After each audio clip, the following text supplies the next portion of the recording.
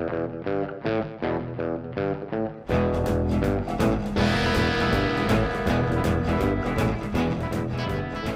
a painting is kind of like simultaneously constructing and assembling a puzzle.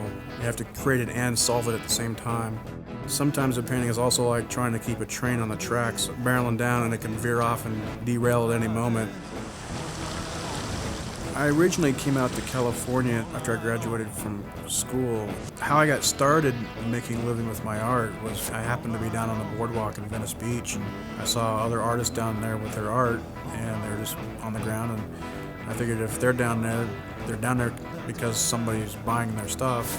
So I just went out there and put it out basically on a blanket on the ground, and that was how I started making money with my art.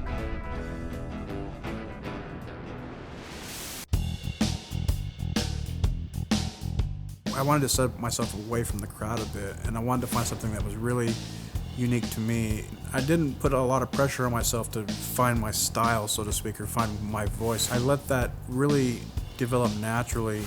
One of the things that's developed in the style of my paintings over the last few years has been this runs and drips and sort of an organic chaos. And, it's almost a response where something happens in a painting and then mentally I respond to it. It's like having a conversation with yourself within the painting as you're making it.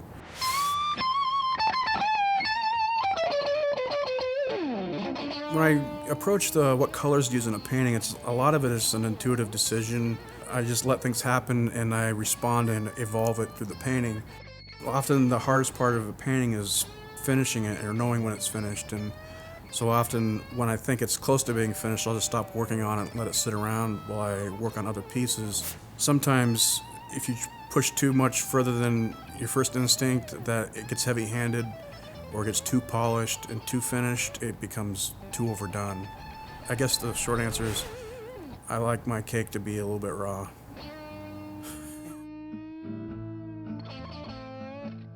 I get a comment from people on occasion, and it happens a lot more frequently. They'll say something along the lines that your paintings look like a Tarantino film on canvas, or it has the attitude of Johnny Cash. It's hard to not have the music of not only them, but other musicians I like, and filmmakers like Martin Scorsese, Christopher Nolan, Tarantino, and Sergio Leone, and Alfred Hitchcock. I wouldn't say that I'm overtly trying to emulate them when I make a painting, but I don't necessarily try to keep them out of my mind either.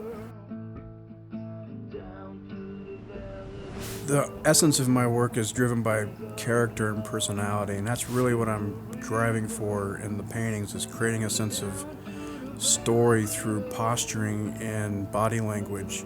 I also merge that with my interest in actual historical references and stories. You can see a lot of that in some of my work that involves the American West and outlaw. I'd never seen anybody make paintings that were focused on the characters and personalities like you might see in a Jesse James movie. Historically based, it had some sort of relevance and backstory, but was also entertaining and interesting. And so I try to incorporate that in some of the paintings where when you're seeing them, outside of there being a badge on the shirt, they could be a villain or a hero.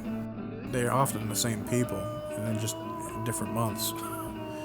I carry that over into my mobster series of paintings, American gangsters, into sports themes with baseball players and football players from the 20s and 30s. Even some of the classic Hollywood characters that I've done, the leading men and Hollywood starlets, they have a sense of edge to them, a classiness, but they're strong people.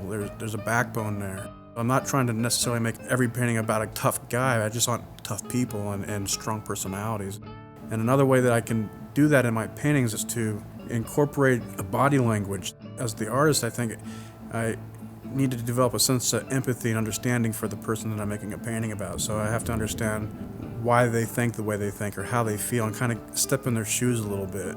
People who view it, they recognize it. They recognize if somebody's sad or angry or what their intentions are just by being able to see how they're sitting in a chair or how they're holding a glass or how they're maybe lighting a cigarette or something. When you perceive that in another person, you read more volume than you do if I was to try to explain it with words.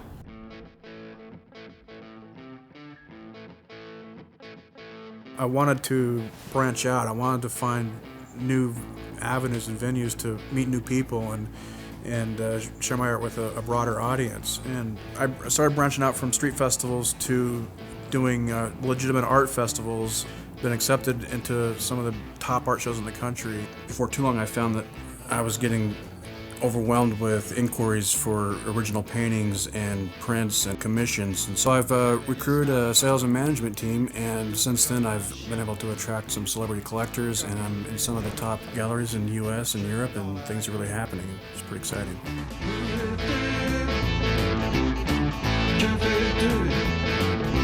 Ça fait mal, c'est glacial.